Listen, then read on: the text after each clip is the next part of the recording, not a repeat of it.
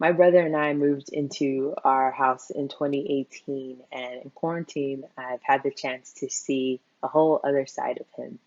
I was in the kitchen one day and I overheard him talking to a customer. Well, I overheard her. She was crying. She was distraught because her car had been wrecked. And he listened to her. And when she had finished, he said, "You've been through a lot, and that says a lot. Keep your head up." I was so impressed by his empathy and maturity that I tweeted it to share it with you in this moment. I remember when we were together in person for the first time, a hybrid session where some of us were virtual and some of us were together, and we were learning about our personalities, our colors, our energenetics, and what that says about us and how we move and relate to the world.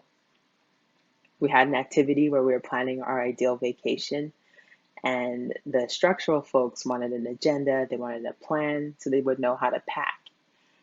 The conceptual folks were more loose and free flowing. They would see a restaurant full of people and say, "Hey, let's go there. That looks good." And conceptual folks, "Well, that's not on the agenda." Or structural folks would say,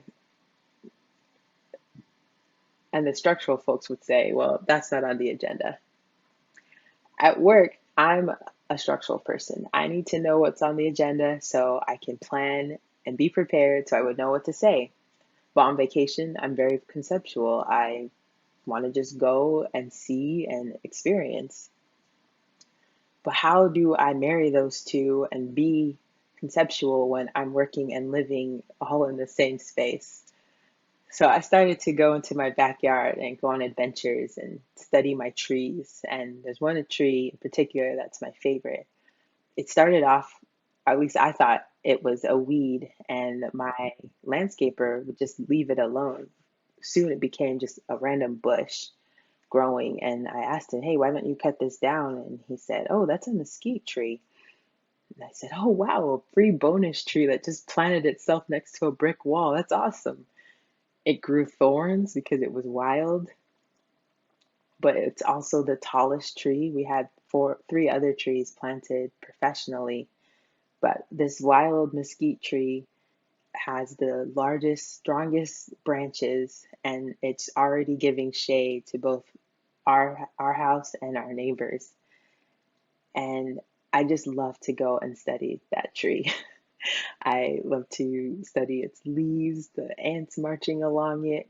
One day I was studying it and I saw a green stick tree bug, and I would have never noticed it if I hadn't just been standing there, just looking at it and admiring it. I was admiring its tenacity, its beauty, its strength.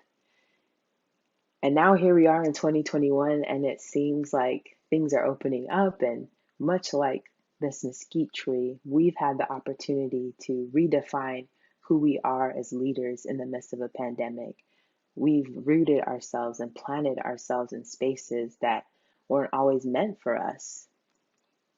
And thanks to this program, our roots have been watered and we're flourishing in the desert.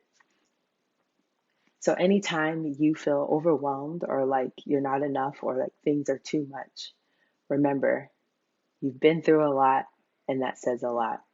Keep your head up.